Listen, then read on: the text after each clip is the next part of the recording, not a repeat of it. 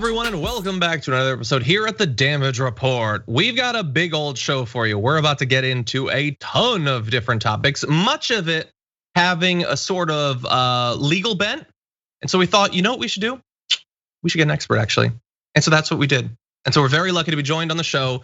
I believe is the first time as a co-host, Charles Coleman Jr. joins us right now. Charles, how's it going? Hey John, how you doing? Thanks for having me. Yes, this is my first time as a co-host. Super excited. Looking forward to today's show and glad to be the expert that you guys found. Awesome.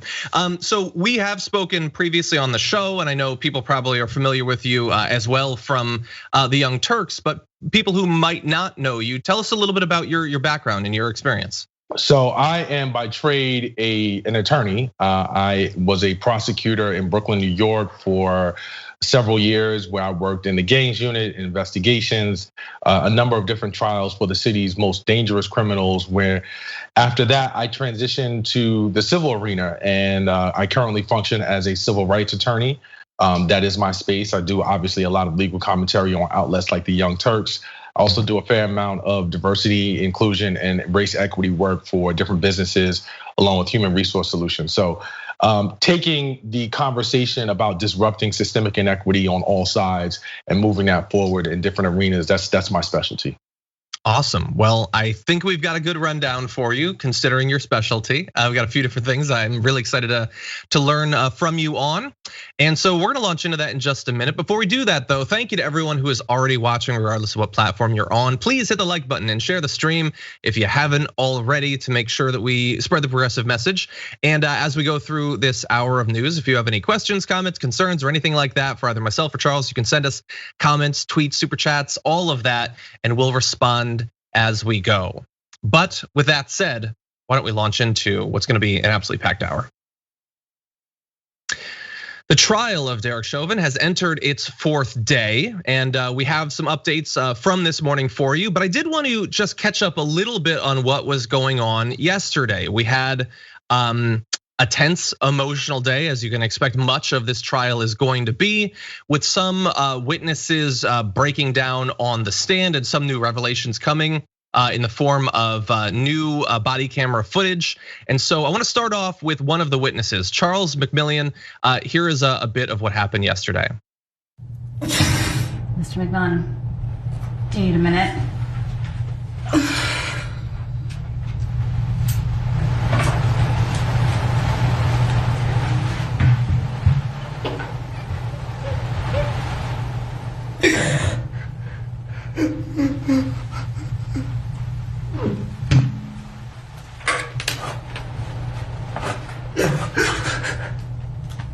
Oh my God.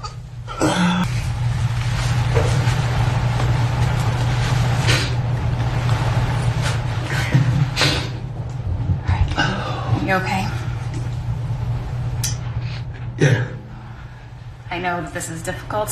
Can you just explain sort of what you're feeling in this moment? I feel helpless.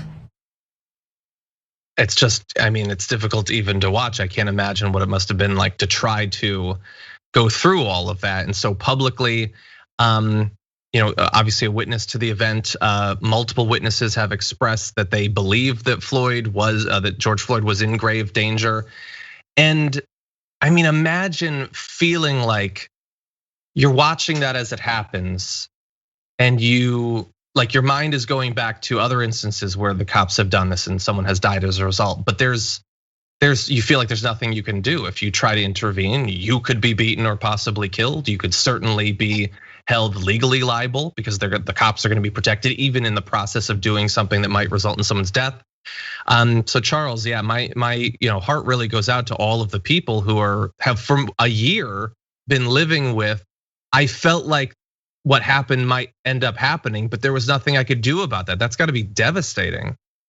You know, John, there is a lot to unpack here from the micro level of what we saw with that individual witness all the way to the macro level, because you just said something that I thought was important. You said, my heart goes out to everyone who has been experiencing holding on to those feelings of helplessness for the past year.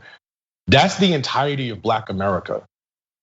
Like on a macro level, that is the entirety of Black America that you just described that has held on to that racial trauma that resulted from watching that, whether they were actually there in person or whether they were forced to watch that video because it popped up in their social media algorithms or because it was just something that people were talking about. And so it's really important beyond the X's and O's strategically of what we've seen from both sides of the attorneys, and we'll get into that in a moment. It's really important that our audience, particularly our audience that are non-Black, understand that that feeling of helplessness isn't just limited to that witness. It isn't just limited to Charles McMillan. It extends to all of us. It extends to the people on your jobs. It extends to the people in your communities because that's something that we carry with us, right? If anything, one of the things that people should be coming to understand about this trial and what it's putting on display is that living in America without fear of the police is a privilege. And I want that to really sink in because tax-paying citizens who have done nothing wrong, who have not committed any crime, when it comes to people who are sworn to protect and serve them, live in fear. And if they don't, that is a privilege. That is bearing really, really strong consideration when you talk about what's going on in this trial. And I think a lot of it was put on display on a macro level with respect to this particular witness. Now, as you drill down on a micro level, we have to think about where this gentleman is positioned. He's 61 years old, I believe, which means that he was born pretty much on the tail end of where civil rights in the traditional sense, those gains were made in America. And so for him to be as deeply and as closely connected with something like that, and to then witness that some 60 years later is extremely traumatizing from a racial standpoint. So it's not surprising to me that he broke down. And the last thing that I'll say is, yes, we have been exposed to violence by police against people of color, against Black people, against American citizens for a number of different years now in a number of different instances, but this is different, and I'll explain why. When the police or someone is shot, when the police shoot someone, that's instantaneous. It happens very quickly, it's over, and you see it. This was nearly 10 minutes of excruciating visual racial trauma where you had to watch it and you were there and you were present and you heard the sounds and you smelt the air and you saw the sights. And at the same time that these things happened, there was nothing you could do about that. And imagining that and framing it that way, like, and giving all those things contextually to the discussion is why it paves the way to see what you saw happen on the witness stand. Like that is where that came from on all levels. And it being drawn out just makes it feels like what Chauvin was doing. It's like there's so many more opportunities to not continue to do the awful thing that you're doing that you never should have been doing. I mean, I don't actually believe that the person who like Trump. I don't know if you remember this, but Trump a few months ago said it was a really disturbing interview with Laura Ingraham where he said the cops who shoot someone is unarmed, they just choke. They're just in a high pressure situation, they choke. I don't believe that at all. I think that you pull the trigger in a second, but there's a lot of time of training and thinking about different groups and all of that ties into it. It's easy to sort of just look at the last second. There was a lot of time where we could have intervened, but this one, like we're watching the video where someone could have intervened, or one of the cops should have intervened, or Chauvin should have come to his senses. And so it's somehow more devastating because it's drawn out.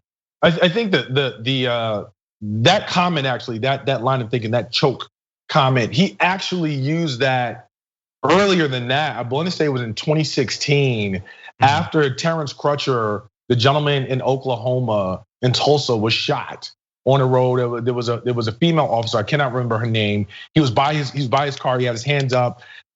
She was listening to, I believe it was her husband or someone else who was in a helicopter. And she shot, and he was on the campaign trail and he was asked about it. And he said, maybe she choked or maybe, and you're absolutely right. I think that in an instance like this, it makes it even more devastating to understand that this was something that you could have approached in a number of different ways. You had backup, so we need to talk about a relatively new show called the Republic, or UNFTR. As a Young Turks fan, you already know that the government, the media, and corporations are constantly peddling lies that serve the interests of the rich and powerful. But now there's a podcast dedicated to unraveling those lies, debunking the conventional wisdom. In each episode of the Republic, or UNFTR, the host delves into a different historical episode or topic that's generally misunderstood or purposely obfuscated by the so-called powers that be, featuring in-depth research, razor-sharp commentary, and just the right amount of vulgarity. The UNFTR podcast takes a sledgehammer to what you thought you knew about some of the nation's most sacred historical cows. But don't just take my word for it. The New York Times described UNFTR as consistently compelling and educational, aiming to challenge conventional wisdom and upend the historical narratives that were taught in school. For as the great philosopher Yoda once put it, you must unlearn what you have learned. And that's true whether you're in Jedi training or you're uprooting and exposing all the propaganda and disinformation you've been fed over the course of your lifetime. So search for UNFTR in your podcast app today and get ready to get informed, angered, and entertained all at the same time.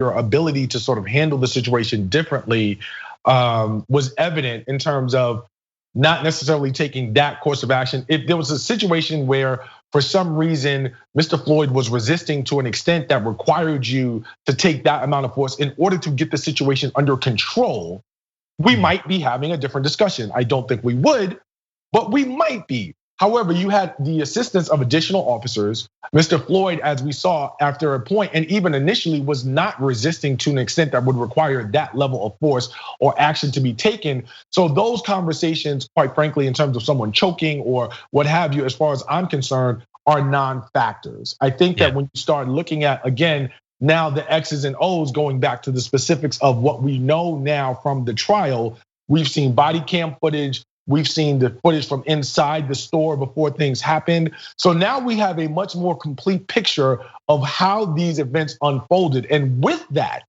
given that, there in my eyes, from a former prosecutor standpoint, from a civil rights attorney standpoint, and then from a common sense standpoint, is literally no excuse for Derek Chauvin to have handled that situation in the manner which he did. That level of force simply was not necessary. And now I think the defense is really grasping for straws, and it's going to be interesting from a legal standpoint to see how they continue to try and poke holes in the prosecution's case. Yeah, well, you brought up the footage, so why don't we go to that? Yesterday, we did see some additional body camera footage in the Chauvin trial of Floyd initially being approached by the police. So let's take a look at that. You see your hands. Man. Stay in the car. Let me see your other hand. I'm sorry. Let me see your other hand. Please, both hands. Do nothing. Put your hands up right now. Let me see your other hand. All right. What I do though? What do we do? Put your hand up there. Put your hand up there. Jesus Christ. Keep your hands on the wheel. Keep your hands on the wheel. Step out and face away. Please don't shoot me, Mr. Officer. Please. Don't shoot me, man. Step out and face away. Can you not shoot me, man? I'm not shooting. Step out and face away. Okay. Please. Oh God, every bit of it. Instantly, he points the gun at him. Like he sees him and he thinks, this is a person that I should be terrified of. I should be terrified right now. And so everything else that happens has to be seen through that lens, that from the very beginning, he sees a terrified man and he thinks that person could kill me at any second. And so whatever I have to do to protect myself is probably justified. And it's Charles, it's so devastating to continually see the footage and know probably not gonna have any effect. Like even when you see the cops. Right. So I think you hit the nail on the head, John, in terms of understanding where the conversation about this particular video starts. This officer had already drawn his weapon and was pointing at Mr. Floyd as though he were a suspect who posed an imminent lethal threat to him. In that moment, through those actions, what he had done was weaponize Mr. Floyd's blackness as a threat that justified him pulling his weapon. See, what people have to understand is standard police procedure is not to approach a vehicle with your gun drawn. That is not standard police procedure, despite what the Chauvin defense team is attempting to articulate and make us buy. The manner that this confrontation actually began was already in violation of standard police protocol. So once you started in that vein and going down that road, there's very little turning back, especially when it ends as badly as it did in the case of Mr. Floyd. So the fact that Chauvin believed that it was imperative for him to draw his weapon is already problematic. And then as you go through the footage, right? Like you've already articulated that this was someone who was clearly in fear. He wasn't resisting. He wasn't attempting to disrespect the officer, not follow his orders. He was actually in a panic. He was moving around. He was like, I'm sorry. He was extremely recalcitrant. And then after he was instructed repeatedly to put his hands on the steering wheel, it's exactly what he did. Yeah. So this story or this narrative that George Floyd was somehow non-compliant with the orders of the police is just simply, it's just not true. It's a falsehood. And now that we've seen the video, there's little debate in terms of how that looks, in terms of what that is going to mean. So from a strategic standpoint, from an X's and O's standpoint, what the prosecution is doing bit by bit by bit is that they are laying the ground, the seeds rather, and they're planting seeds to fertilize the ground in order to be able to connect those dots as the case winds up, as to why you cannot talk about this being police protocol, as to why you cannot say that, Derek Chauvin acted in fear of his life, right? Like you're taking away all these arguments, and that's strategically what's happening with how the prosecution is positioning it, which is what they're supposed to be doing. Yeah, or I would say, as a complete non-expert, at the very least, he doesn't appear to be acting in any rational sense in fear of his life. Right. I don't doubt he's afraid. He grew up in America. He's been trained to be afraid of people who look like George Floyd his entire life.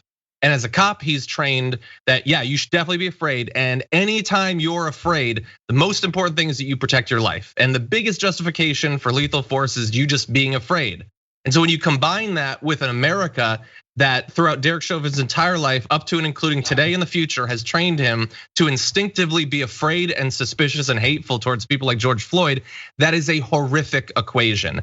But the footage shows that while he might have been feeling that, there was no legitimate rational reason for it. It wouldn't be a justification for lethal violence even if it did exist, but it doesn't exist. There was no reason. He was being irrational to respond in the way that he was.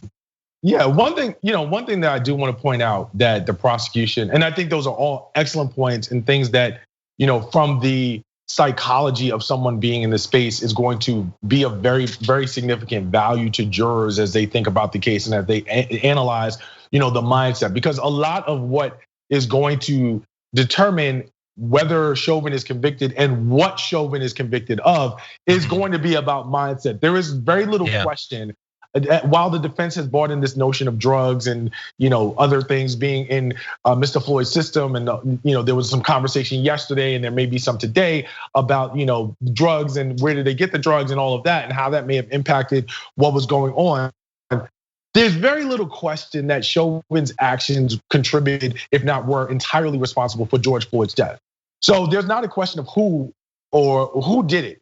It's although the defense would like to bring that in, it's not likely going to be what phases the jury. What the jury is likely to wrestle most with is, what was the mindset? Did he have the requisite intent required in order for us to convict him of this crime versus this crime, of murder versus manslaughter? And so everything that you just mentioned is very important in terms of helping them to understand that and establish that.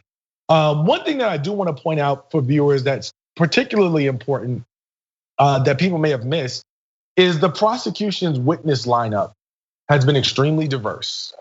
And that's important because they are inadvertently putting on a cross section of what America looks like.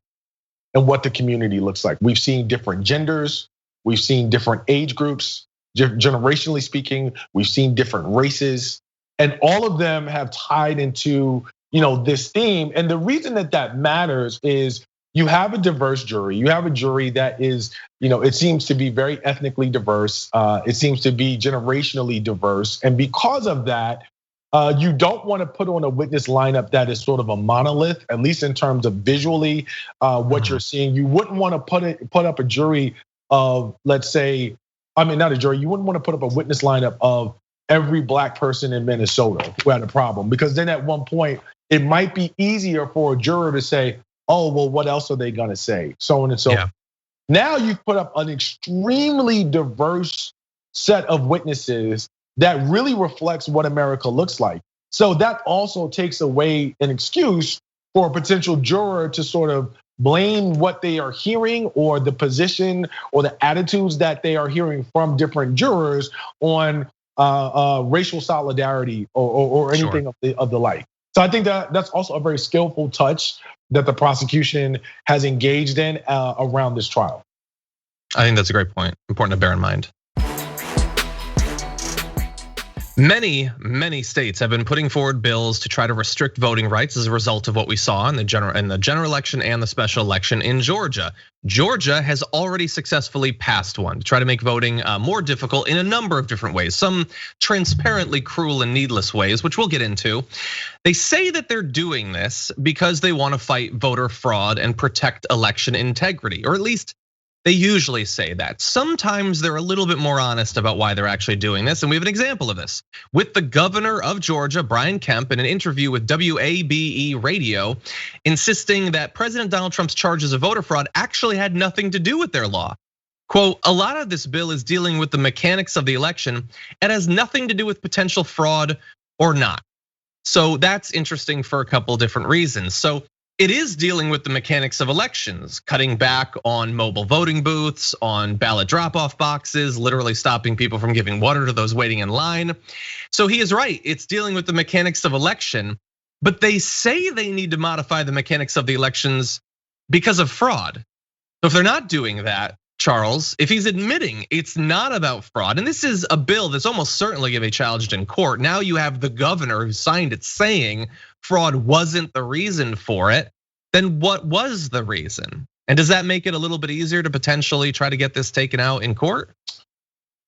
Two questions, very different answers, very different conversations. To your first question in terms of what was the reason, I'm going to be very curt about this and very straightforward. The reason is very simple. What we are talking about here is white nationalism.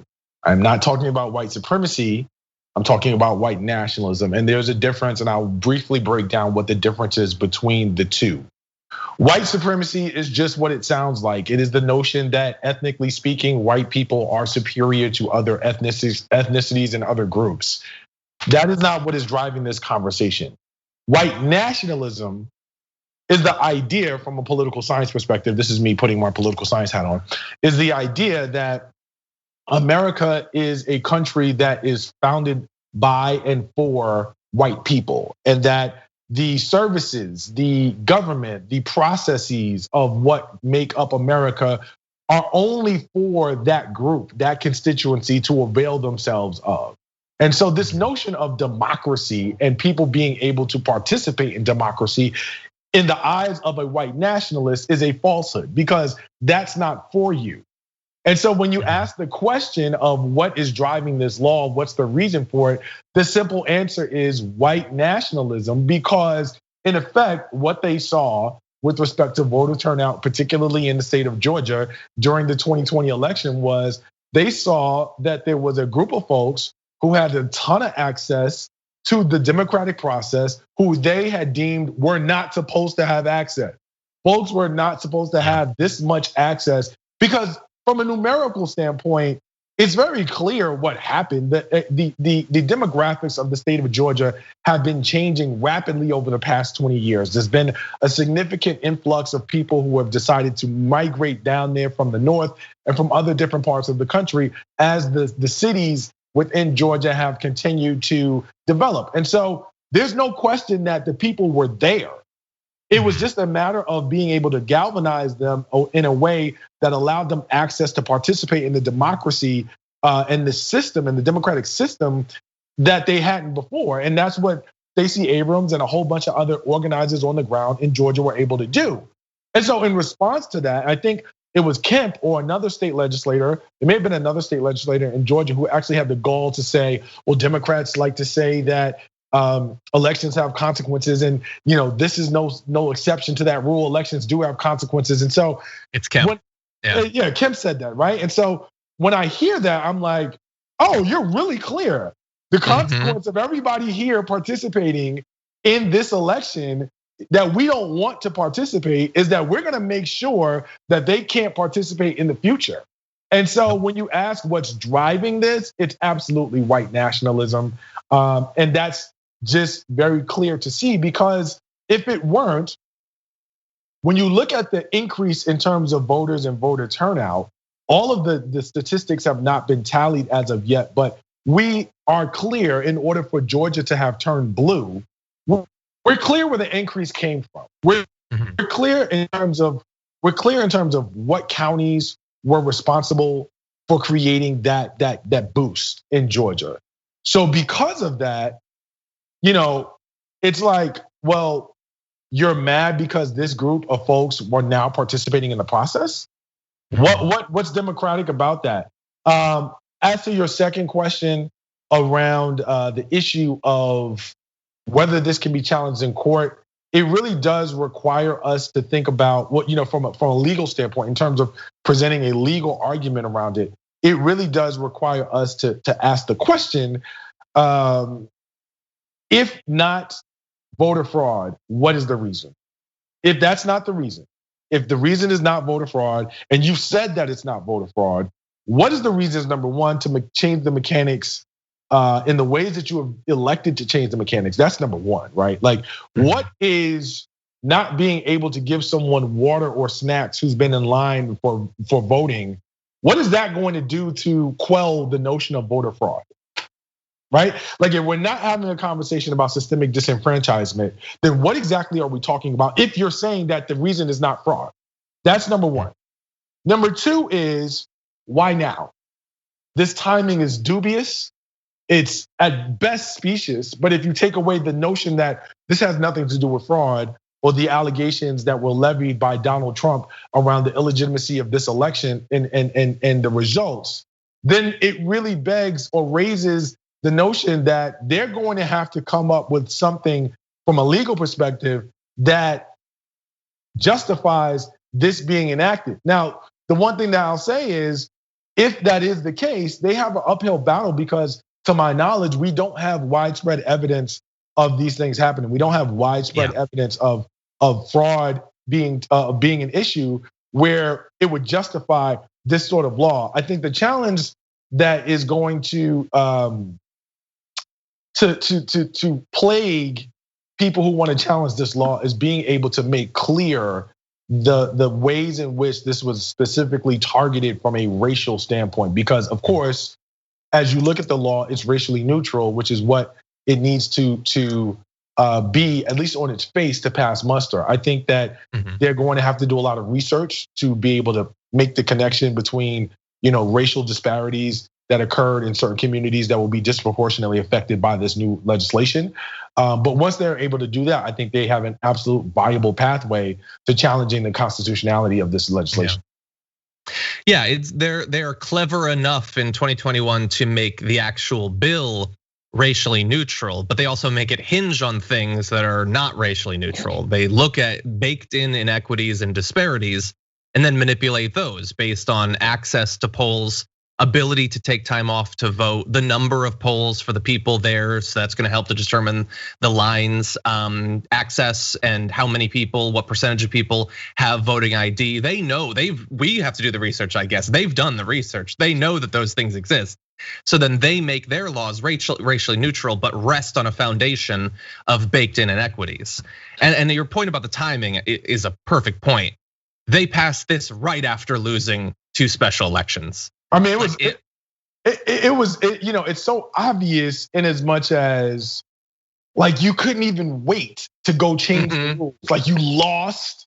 You were. And why not wait? There's no other election right now. Right. Wait 6 months. I mean, just it only, in my opinion, puts on display how nefarious these notions are, because you were such a sore loser. You were so angry. You were so emotionally scarred that your red state of Georgia had turned blue, that like literally within weeks of your loss, you couldn't even finish licking your wounds. You had to decide, how do I change the rules to make it unfair for me and my folks to reclaim what we believe is ours? Again, this is white nationalism at play. And I think really quickly, John, one point that you made about, and it's important that the audience is educated, right? Because folks who watch TYT may be in debates with folks who watch Fox News, and like, it's important that when folks have conversations, they're reasoned and they're informed.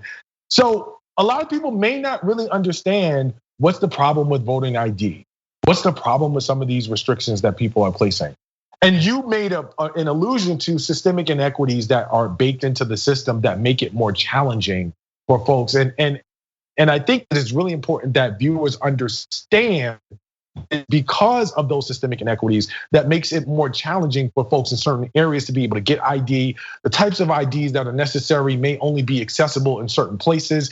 That if you don't have access to transportation, if you are unemployed and may not be able to afford that, or looking for work, or have a job where you can't afford to take off to go get an ID, all of those things are hassles, right? Like all of those things are impediments to participating in a democratic system, which our Constitution guarantees us as a fundamental right. Yeah. Right? Like, so it's not that it's supposed to be this challenging to participate in the system. And so when it is, your point about the fact that this reflects on the systemic inequities baked into the system and sort of uses those to take advantage of folks and put them in particular positions has to be understood in order to understand why those arguments about, well, this is racially neutral, everybody has to have an ID, everybody has to do these things, is because it does not impact every community the same, right? Exactly. And so I think that's what people need to understand as they're having those conversations and thinking about why this legislation is so problematic. Exactly. And look, I'm watching the chat. I see some people who either honestly don't understand those inequities or just trolls. I don't know which. It's hard to tell if you're just casually watching the chat. But for instance, really fast, and we've got some other stuff I want to talk about. Saying you can use ID. Well, yeah, sure, everybody has ID. Okay, well then why in some states does your gun license count as an ID, but not like a student ID card? Why is that? Why are certain types of ID very carefully chosen that are clearly more likely to be possessed by conservatives the thing? Why is it that they fight back against Sunday voting when they know that certain communities are more likely to use organizing around churches to get people out to vote? Like, come on, like you can't pretend to not get that they're very specifically trying to target things that from a mile away view is racially neutral, but in practice is anything but. I mean, the simple question is this: if you don't have instances of widespread fraud that are verifiable, right? Which we do not.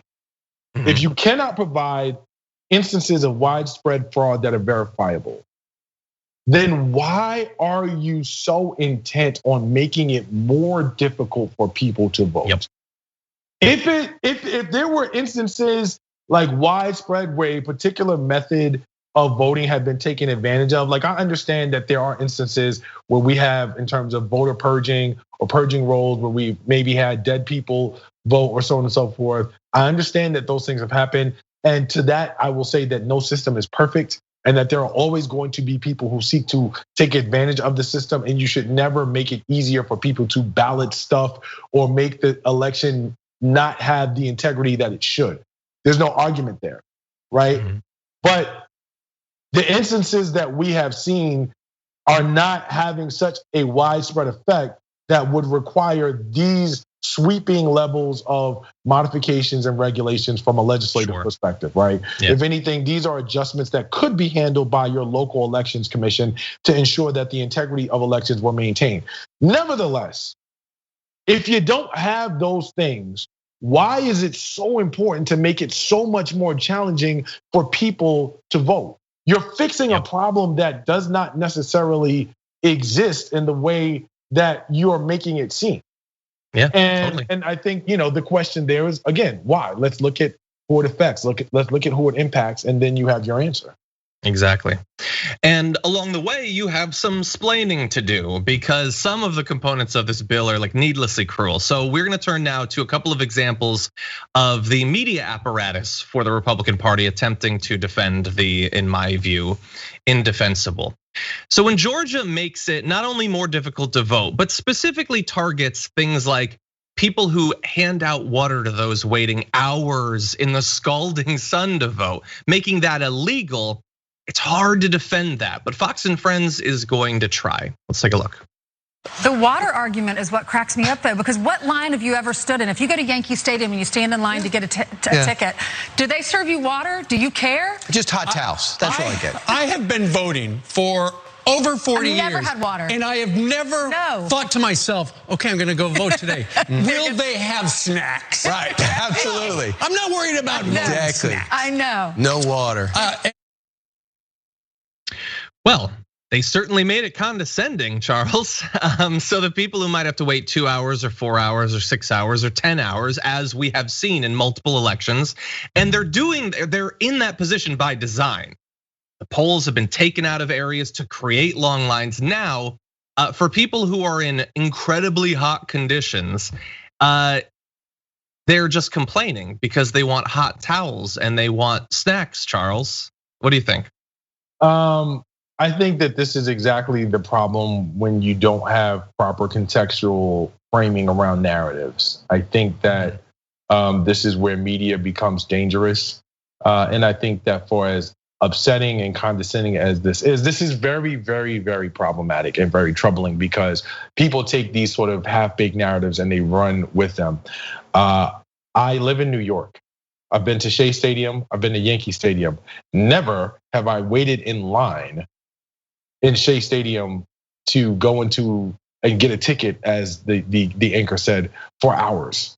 That hasn't happened, right? So by way of an analogy, that's just poor logic. Let's just start there. Like that's just a bad analogy to start with, to say, yeah, if I go to a baseball game, I don't get the water while I'm waiting. First of all, you don't wait hours to get into the stadium. And secondly, if you wanted water when you got inside, you could get water. It wouldn't be a problem.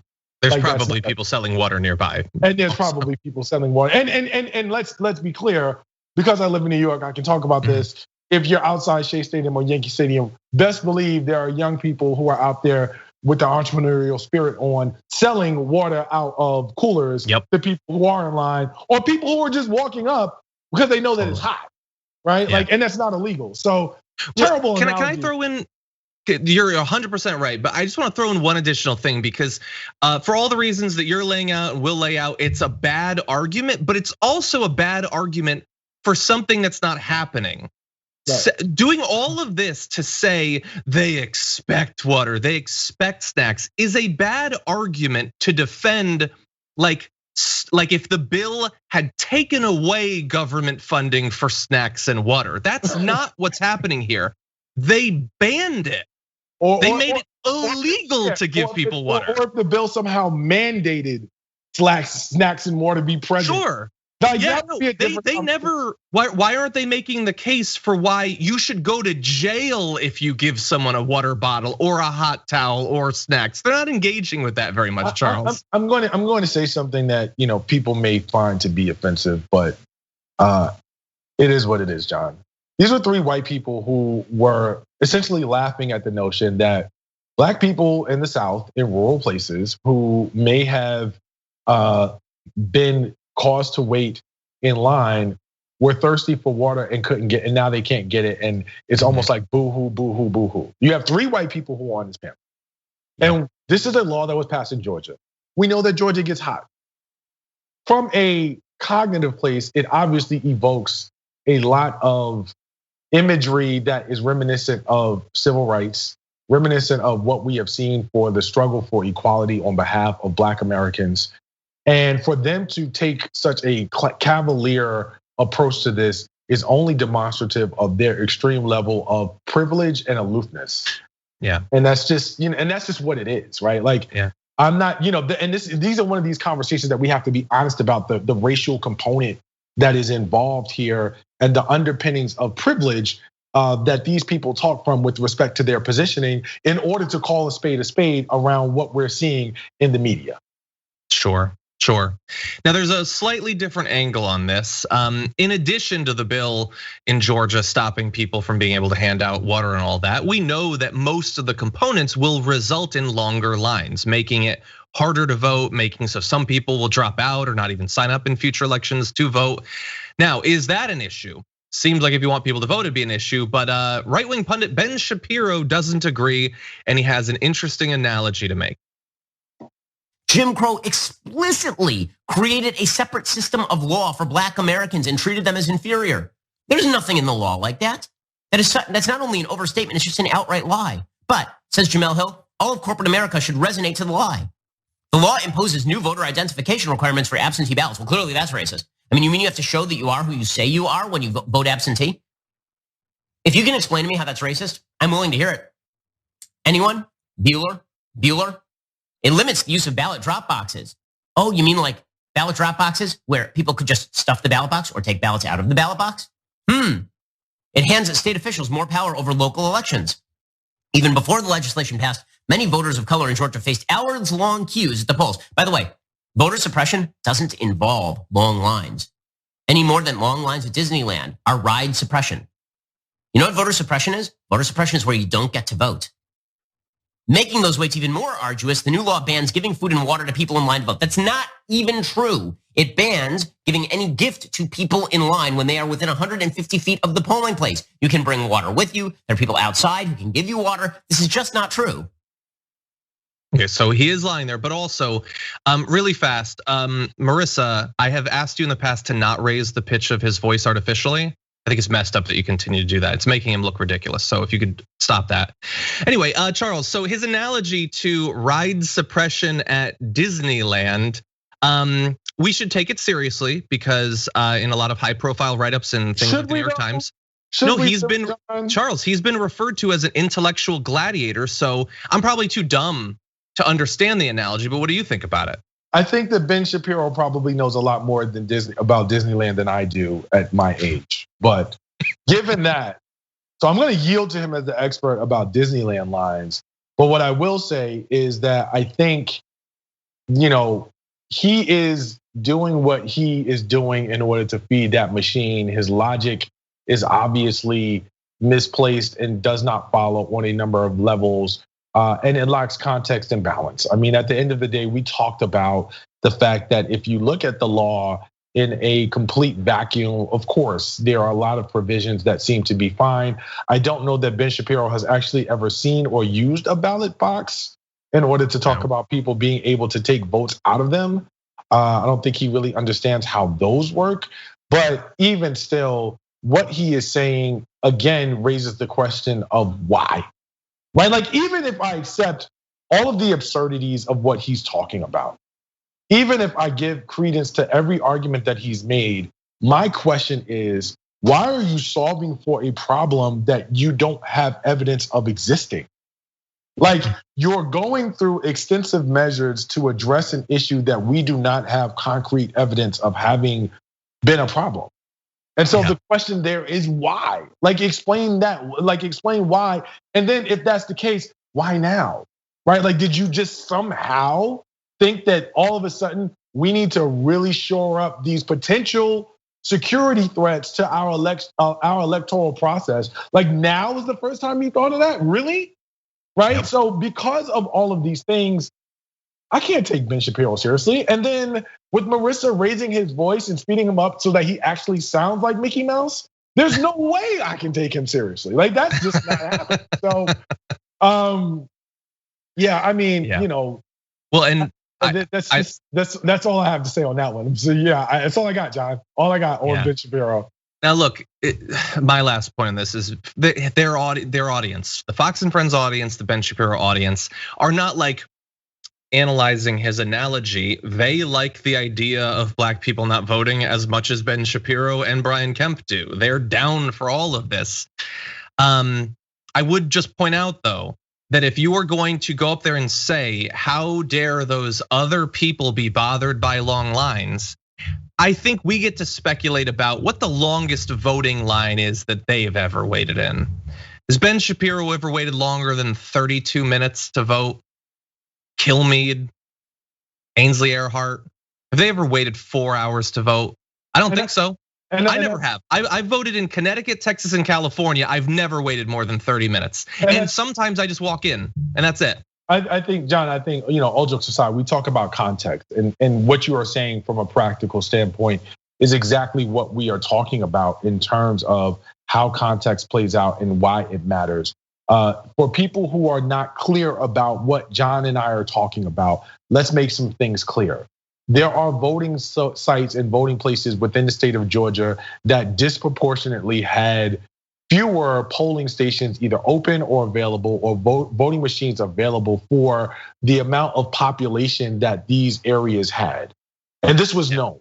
And this was understood, right? And so that is going to make the lines longer. You have a denser, more densely populated area, and yet you have fewer voting machines, or you have just as many voting machines as an area that literally has a fraction of that.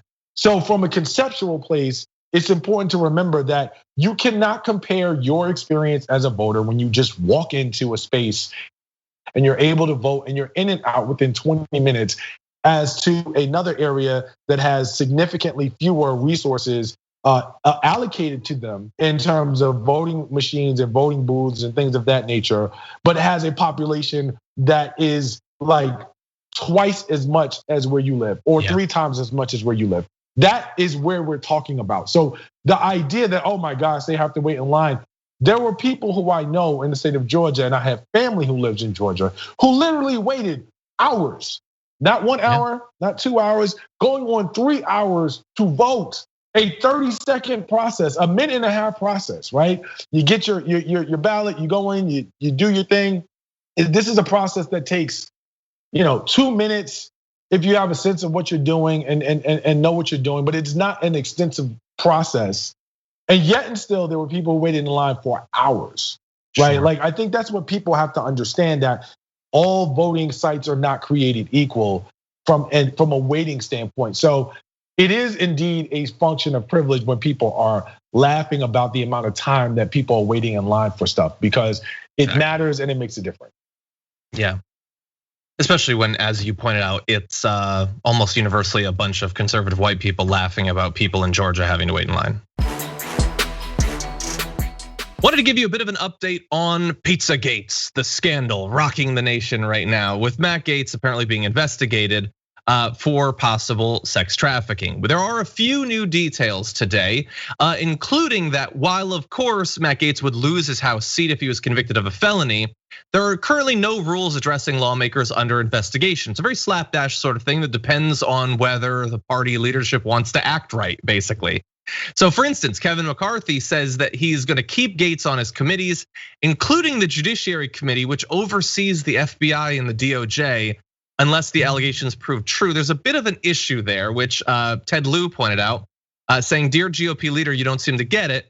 If it's true Representative Matt Gaetz engaged in sex trafficking, he needs to resign and be prosecuted. In the meantime, you can't have Gaetz sitting on the congressional committee that has oversight over the department that's investigating him." Now, in case you don't know the basics of the story, though, he's been apparently Gaetz has known for months that he was under federal investigation over accusations that he had a sexual relationship with a 17-year-old girl and paid her to travel with him. During that time, he's remained on both the House Armed Services Committee and on the Judiciary Committee. And by the way, we've learned now that the Justice Department has also been looking into whether Gaetz may have also been involved in relationships with other underage girls, as well as there are talks about investigations for a variety of different bits of corruption and things like that. Charles, in terms of what you've seen so far, and I understand there's a lot that we don't know about this, what do you think about what we've learned?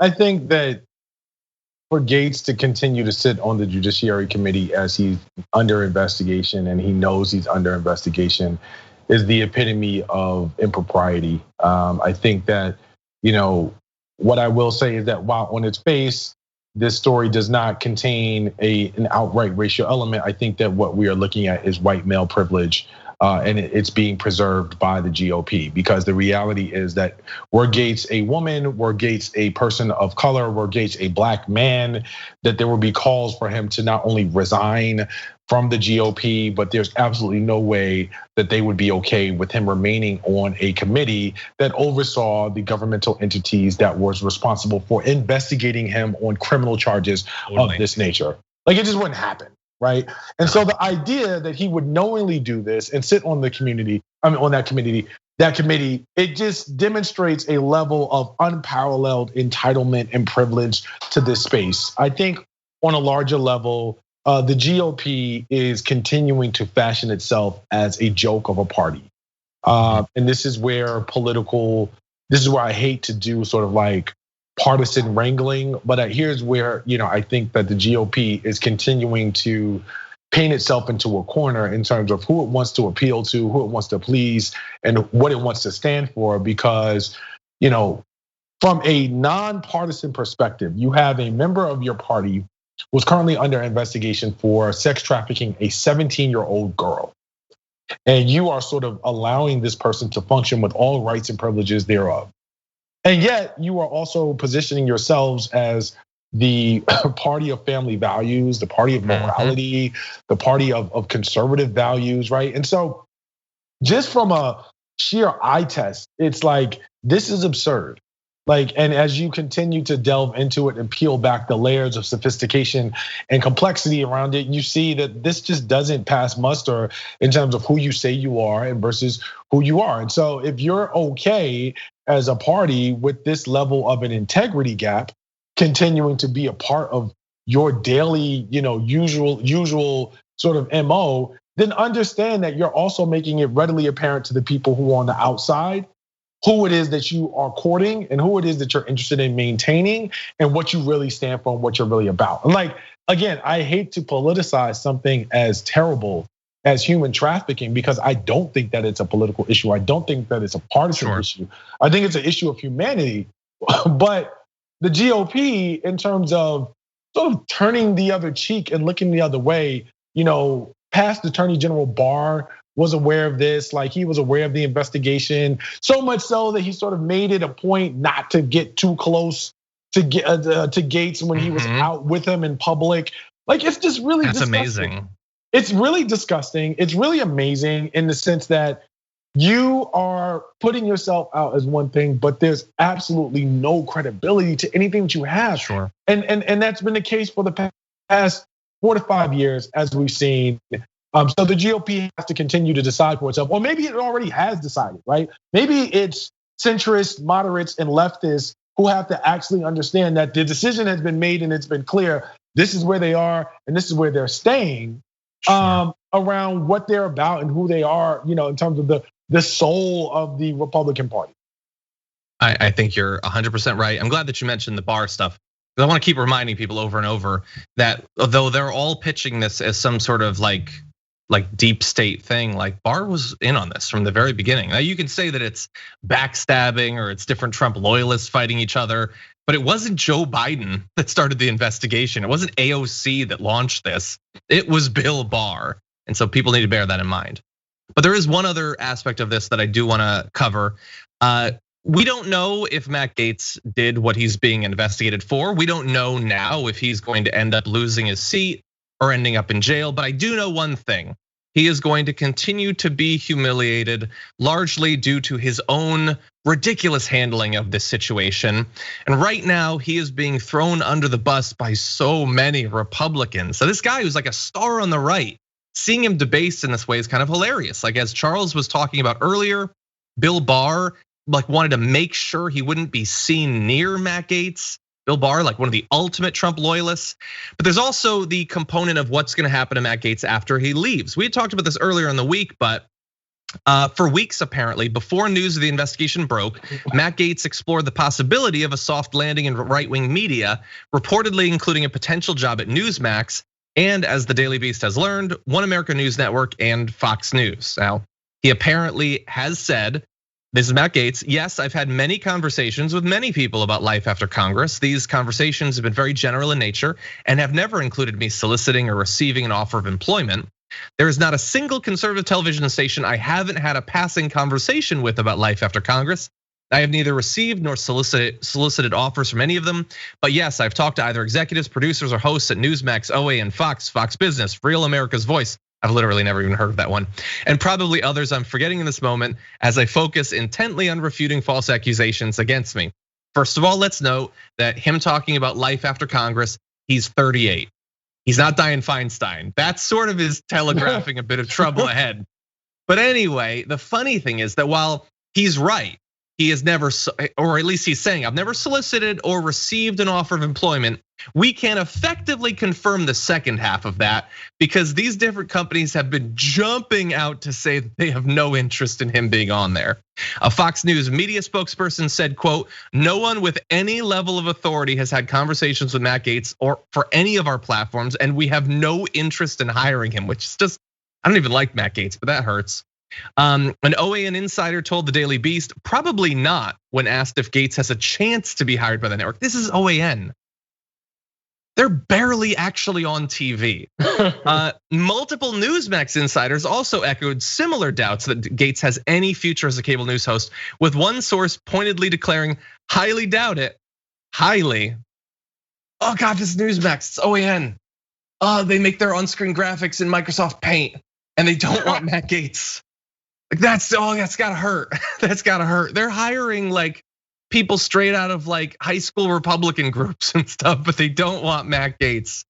Charles, what do you think? I think that Matt Gaetz on this front continues to, in his white male privilege, demonstrate a level of disillusion about his surrounding reality that is on one hand laughable, but on the other hand gives great insight.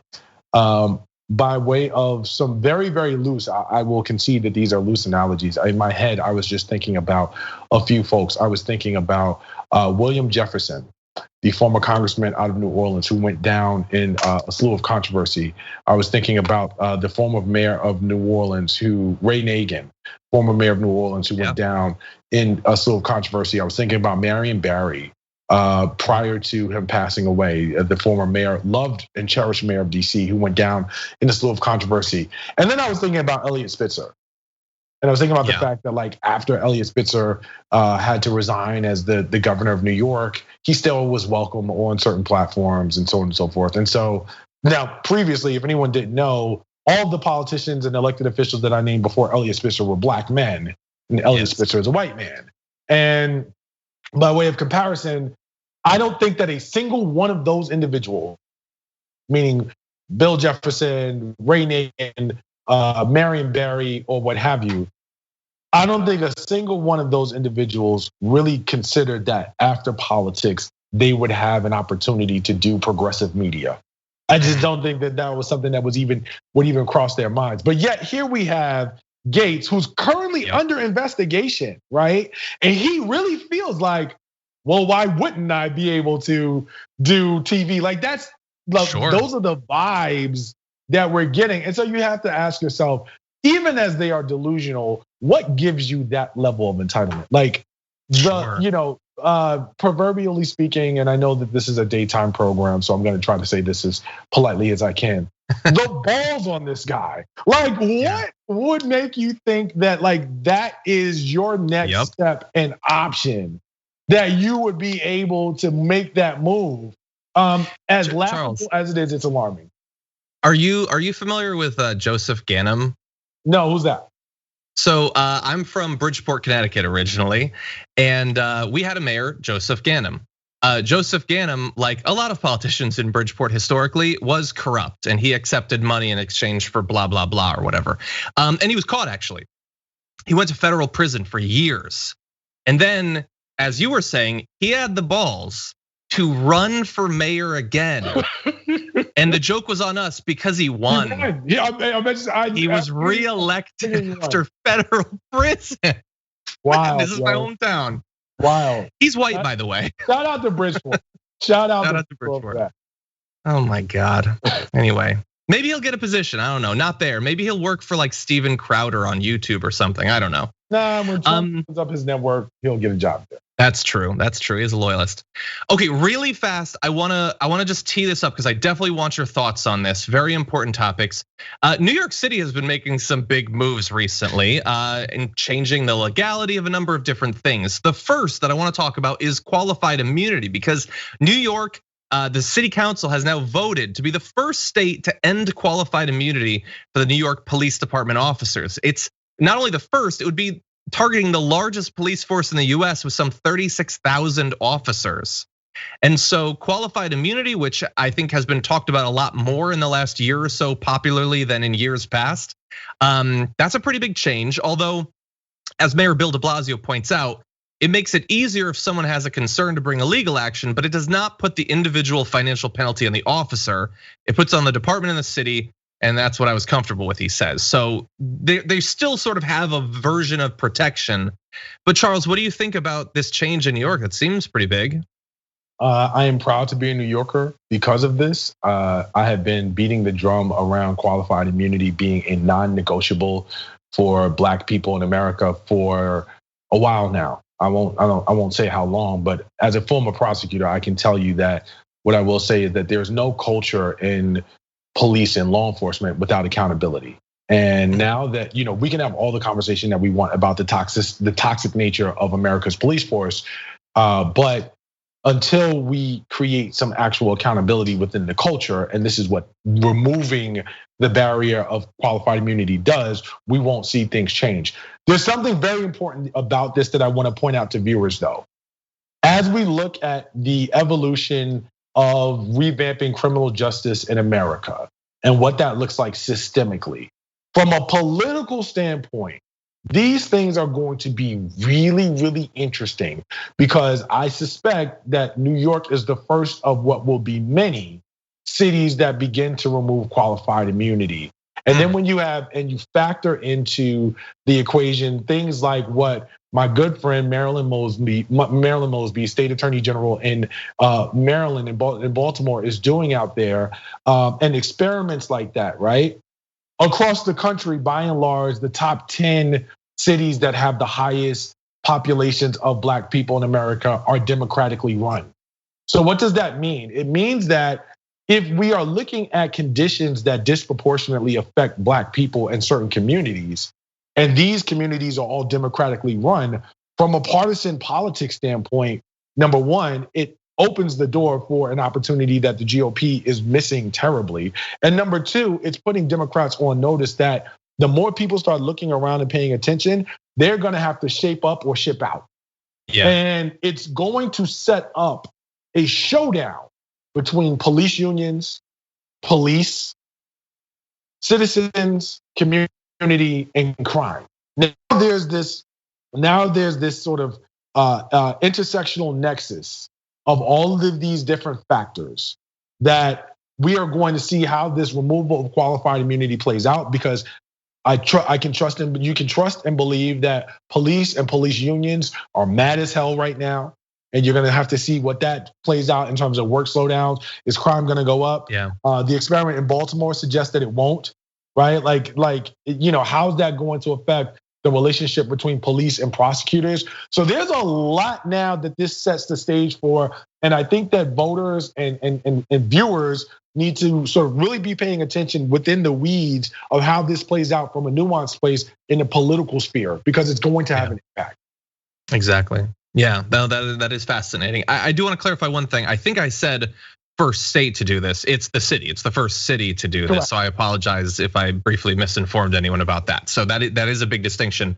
But as we pointed out, the NYPD is massive. So if it's going to be one city, that's a pretty big city for it to affect. I'm Chicago and LA basically, or we'll see what happens. But anyway, Charles, that was awesome. Thank you so much. I've been watching throughout, and the reaction of the audience to you has been absolutely amazing. I can't imagine anyone I would have rather had breaking down this particular list of topics. So thank you so much. Had a lot of fun. Thank you, John. I really enjoyed it. Thanks for having me. Shout out to everybody who tuned in. I hope to be back. Please, keep me in mind, and hopefully we can do this again. As Diddy said, we can do this every weekend.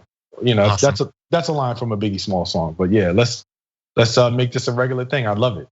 Awesome. Sounds good. Talk to you soon. Have a good day. All right, John. Take care. Amazon is facing a number of challenges currently. Obviously, most substantively, it is the unionization drive going on in Alabama right now. But they've also owned gold themselves so many times on social media recently that there's clearly some other challenges too. And I can't think of anyone right now who's doing a better job of helping expose what Amazon is and how they're fighting against this unionization drive than one Kenneth Klippenstein, reporter for The Intercept and returning guest to the Damage Report. Ken, how's it going? Hey, I'm doing all right. How are you doing, John? I'm doing pretty good. Feel like the pandemic's getting a little bit better, maybe, and feeling a little bit of hope actually about what's going on with Amazon, especially like Bernie Sanders has been doing a great job of shedding light on that. People seem really fired up about it. You've gotten involved by offering yourself up as a source for leaks from current and former employees of Amazon. And you've been producing great work at The Intercept about what you've found out. So what are some of the highlights of what's been shared with you? Yeah, so really the genesis of all of this, as much as I'd like to take credit as a reporter and brush my mantle and say, oh, I've done all this wonderful stuff. People are reaching out to me because they're angry at the company. And these are people inside of the company. And the folks I talk to, it's over, like I've never seen anything like it. And what's driving a lot of the anger is that last week, their PR Twitter account responded to a number of high-profile lawmakers, in particular Representative Mark Pocan, as well as Senators Elizabeth Warren and Bernie Sanders. In the case of Pocan, he was criticizing them for the worker conditions in their fulfillment centers, which there have been a number of reports alleging that the individual workers were having to urinate in bottles in order to meet these really bruising quotas, which was a story I heard again and again when I talked to folks that worked in these fulfillment centers. But the way that they responded to Pocan's pretty fair-minded critique, I thought, was to say, you don't really believe the urinating in bottles things, do you? If that was true, no one would work here. And people inside the company who see this all the time were furious. Not just that it happens, because as sad as it is, they've seen so much of it that they've just my impression has become inured to it, but that the company would misrepresent it like that. And what they told me, what I didn't know at first was two things. One is I thought, okay, this probably happens. There've been reports of it. It's probably not super frequent, I would guess, but we'll find out. What I found out was that it was really frequent. But I'll get into that in a second. The other thing I didn't know was if this was known to senior management, because oftentimes at the level of senior executives, they don't know what goes on at the ground level. They're completely out of touch. It's sort of like, it's kind of like the Lucille Bluth thing, where it's like, how much could a banana cost? $10? That's kind of what a lot of executives think. So I thought, well, maybe they just didn't know because they're sitting in an air-conditioned room and they have no idea. But what I found, based on primary source documents that were leaked to me from people inside the company, as well as countless verbal accounts, was that management knows about this and they address it frequently in meetings, and that they've also mentioned primary source documents a minute ago. They've memorialized this in formal policy directives. They've got on the books references to it and ways to punish it, that sort of thing. So they absolutely know that this is going on. Well, not just that it's happening, but it happens all the time. So that's interesting because you said ways to punish it, and you're not talking about punishing lower managers for creating the conditions where workers have to urinate in bottles. You're talking about punishing the people for urinating in bottles. Yeah, so what Amazon would say is that, if it happens, we don't approve of it. We tell people not to do it. And that's true that they tell people not to do it, but it's disingenuous because when I talked to over a dozen people for this series of stories. What I heard again and again was there were never any concessions made to slow things down, even in the middle of an unprecedented pandemic that saw Amazon become a sort of shadow government where they're having to provide the logistical support for goods and services that people could no longer get by going to grocery stores and things anymore. There was no attempt to slow anything down. Full knowledge that not just that they were urinating in bottles, but what I found, and this had been reported before, is that they're defecating in bags just to meet these awful quotas that are. I had so many people talk to me. They're like, I don't want to do this. This is dehumanizing and awful. But there's no way I can hit their quota and keep my job unless I do. So what they told me is that's tacit approval of their doing it because they don't want to make any changes to anything. Well, yeah, if they know about it and they're not doing anything to change it, then that it is approval. You can say that you want to punish it, but I don't understand what the alternative is. Just urinating where you stand. Don't use the bottle, maybe. You said that they address it in meetings. What does that mean? What are they addressing? Like they clearly are not changing the system to stop that from having to happen. Yeah, what folks told me verbally, the documents show that the punishments in place for these kind of things. But what people told me provided more color because they don't always put everything in writing. What they said was that managers will tend to be like, look, don't get caught, or like, we don't want to see it. You know what I mean? So they're basically saying, when you do this stuff, hide it and throw the bottle out, clean these things out so that the public doesn't see it. And so someone like me doesn't end up finding out about it and reporting on it. So it's very disingenuous when they say they don't approve of it. It sounds to me like they don't approve of it's being found out or known. And some of these internal documents talk about finding people defecating in bags multiple times in the past couple weeks or several weeks. So this was something that was very frequent and not a marginal issue, as I initially suspected that it was when I first started reporting on it. And at least in terms of the urinating in bottles, this had already been documented before the Amazon News Twitter account implied that believing in it was like believing in QAnon. It seems like a weird strategy, considering that the obvious response is going to be, here are the people saying that it happened. Their social media overall campaign seems kind of odd, and you've actually found out quite a bit about their social media front, right? Right. So in a subsequent report, and I had all sorts of people reach out to me after the first story, and really a lot of people in the first story. I don't think people realize how many. I don't name everyone because I don't want people to get looked into and in trouble. But there were a lot of people involved in this stuff. And so another thing that they gave me was some internal documents showing that they have a social media program codenamed Veritas. And what's interesting is they use it's titled Amazon Confidential. I covered the national security agencies a lot, and it was kind of like, it feels like this cosplay of some sort of Jason Bourne movie or something, where they've got all these secret compartments to keep everything quiet. And it's funny because it's such a ludicrous program.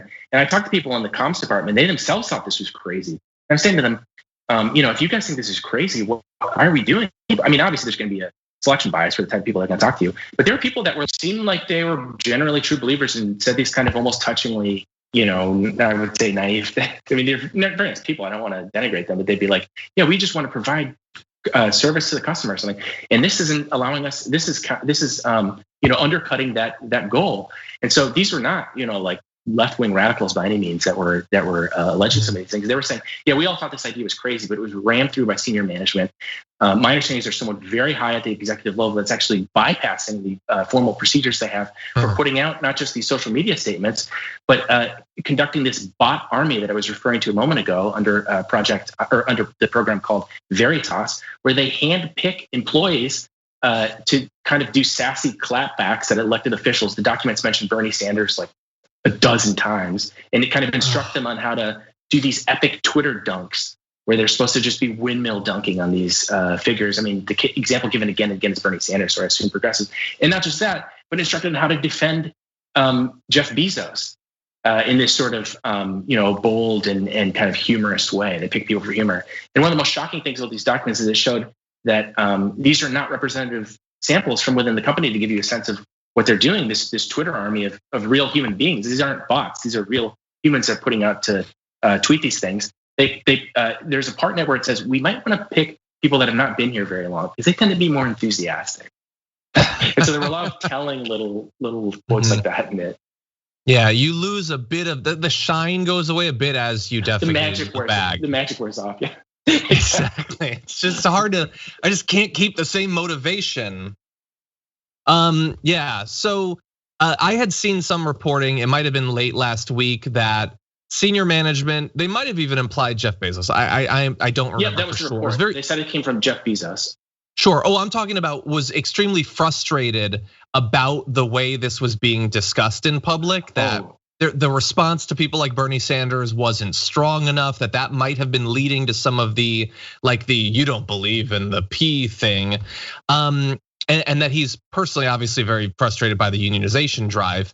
Do you know anything in terms of the leaks about their social media activity? Do you know anything about the way their tactics might change as we get closer to a resolution of the situation in Alabama?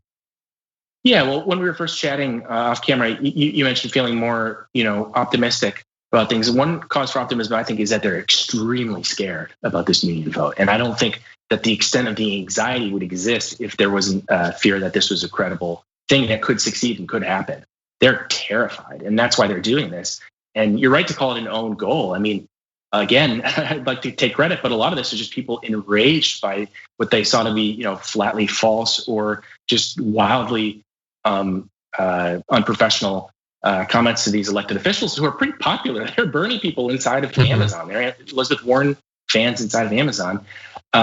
So the reason they're deviating from their general strategy of just not commenting on these kind of things, I don't know firsthand, but I would guess something to do with that's really the X factor here, the variable that's changed. And so I think they understand. I mean, there were cases where the NLRB, the National Labor Review Board, they found and alleged that there was retaliation against attempts to unionize in Chicago. And I think there's a lot of pressure talking to folks during the pandemic, because conditions are so bad, they desperately needed accommodations and concessions to be able to continue to work safely so they don't catch this horrible plague. And so all of this is putting enormous pressure on senior leadership to make these concessions, and to the extent that they're not able to, the workers are like, well, gosh, maybe we should just start a union. They're not listening to us. What else can we do? Yeah. And obviously they're afraid. And as Bernie Sanders has said, if it can happen there, then in theory it can start to happen elsewhere. So yeah, seems like they probably should be afraid. Now you've already uncovered a lot. I know that you are, as always, available for more disclosures. I imagine there are things that we don't know about this whole thing. So if somebody is watching this and they're a current or former employee, they know something they'd like to share, how can they do that? I'm glad you said that, John. This is like part of the infomercial where it's like, there's something I really want, and I just happen to have it. Let me tell you guys about it. So go on my Twitter. I've got my Signal. It encrypts your text messages. You can text me at 202-510-1268. Nice, awesome. Looks professional there. Yeah, I like it. Okay, no, people definitely should. We need to know this, and the earlier that it can get out, the more chance it has. Timing is critical. Exactly. So everyone, if you have access to information, please do it. Ken is amazing at protecting sources, so you don't have to worry about that. And as always, Ken, we really appreciate both your work and you joining us on the show. My pleasure.